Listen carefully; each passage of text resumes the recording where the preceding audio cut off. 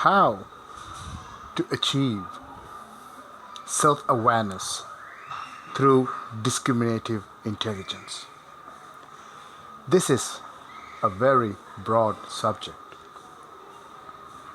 because all types of yoga, meditation, religion, if you look at it, if you analyze it correctly, it's about discriminating what is right and wrong and what is truth and false. But from the self-awareness point of view, let us look at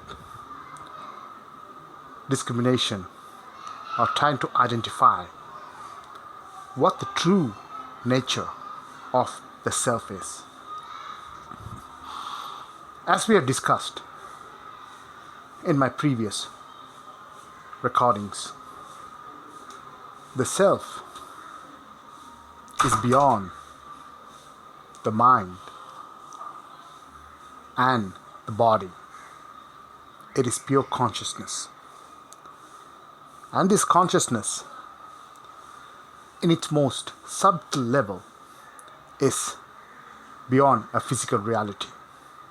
That is, it is part of the universe around you and within you. That self-consciousness is the state of universal awareness. That is the energy in its absolute intellectual state.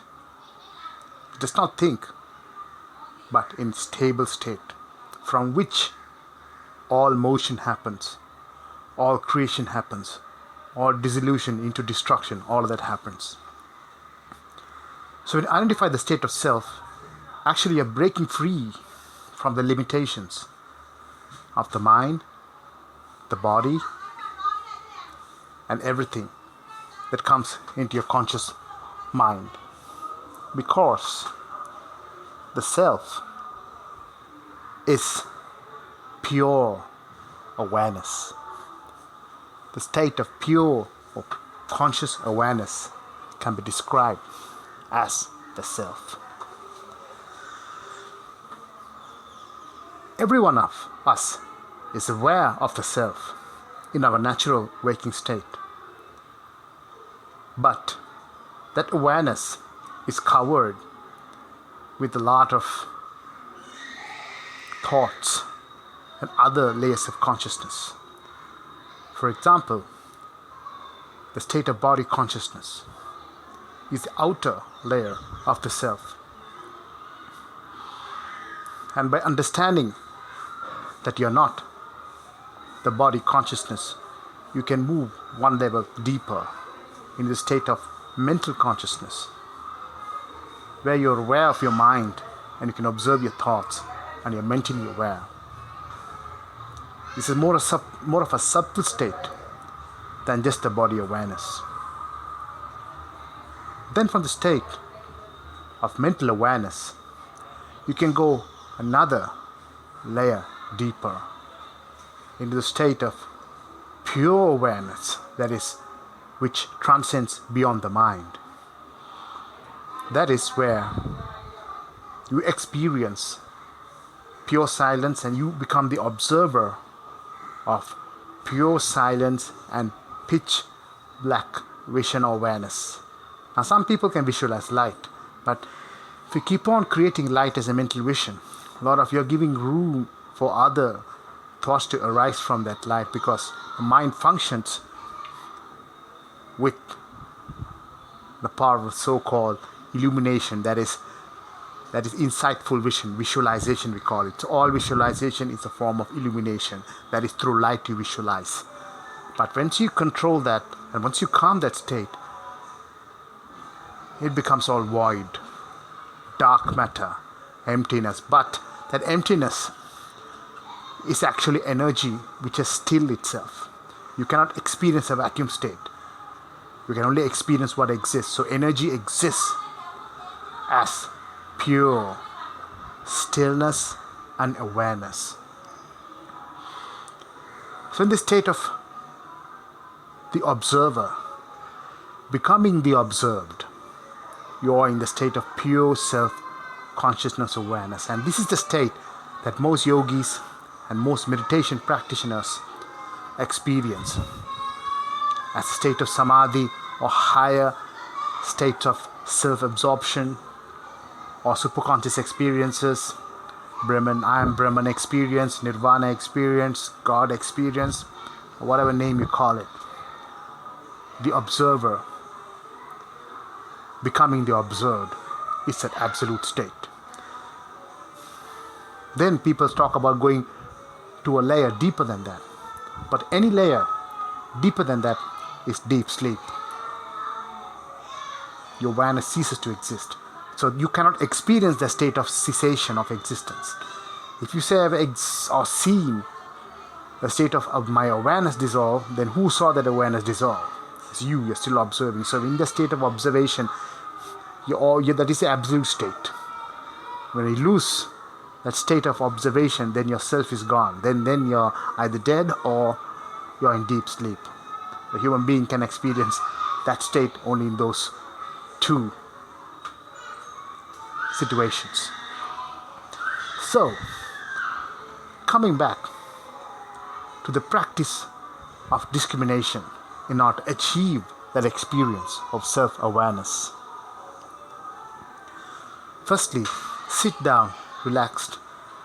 You can be in a chair, a couch, or cross-legged on the floor. Any form of posture which you're comfortable with. There's no right or wrong method in sitting. All you have to be is you only know when you're in the most relaxed state, your body and your mind, when you're seated. Then carefully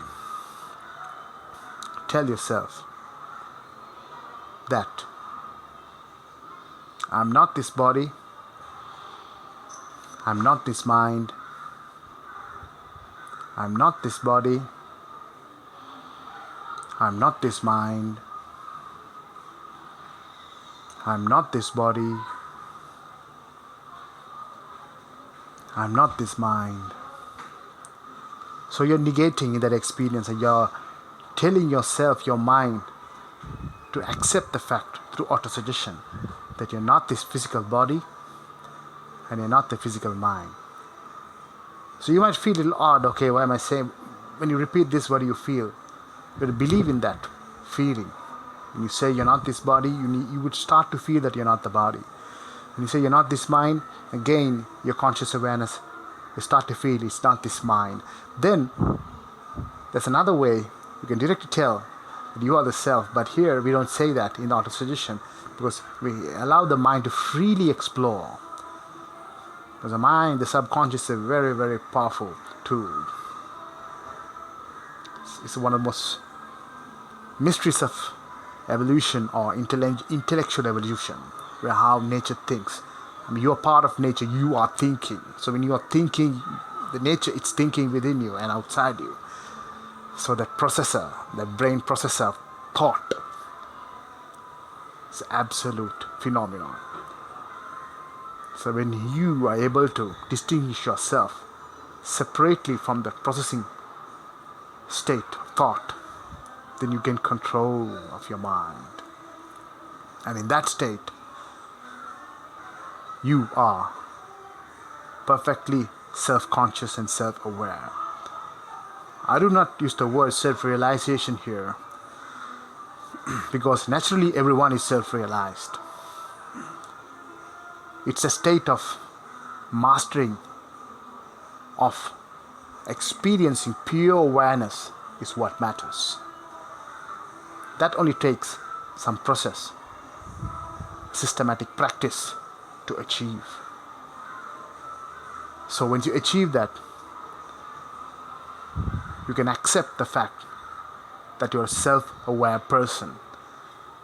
And one important note, another person cannot see if you're realized or not, but he'll feel a difference when they associate with society. If you're a self-aware person, when you go into society, they will feel either attracted or they will feel repulsive. That is, if they move away from you. There are two ways. It depends. It's like, likes and likes attract.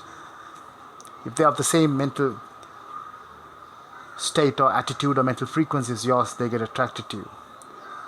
And if a different mental state or frequency, they'll move away from you.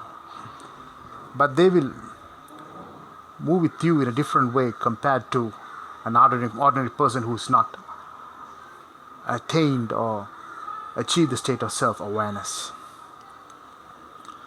That you only have to experience. So another person cannot come and tell you you're self-realized or you're not. Only you know that you're self-realized. It's like, if you do any form of education, in any discipline, the knowledge you have, of course your certificate will show that you're certified, you have this knowledge, but the amount of knowledge you acquired as understanding, only you know. The certificate only just certifies you, but there are a lot of people with certifications who don't have that knowledge.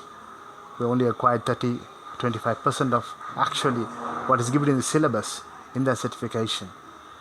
There's only a few, less than 5%, who actually acquire 90 or 95% of the knowledge for which they're certified for. So a lot of people just study to pass exams. Only a few study to become experts in that discipline. Similarly, self-awareness. Only you know that you're realized. Another person cannot judge you and tell you that you're realized. So, please subscribe to my channel. I'll be putting up a lot of interesting subjects of discussion with regards to self-awareness, meditation, yoga, psychology, paranormal activity, and all of that.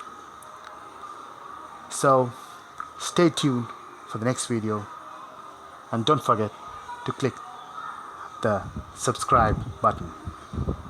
Thank you.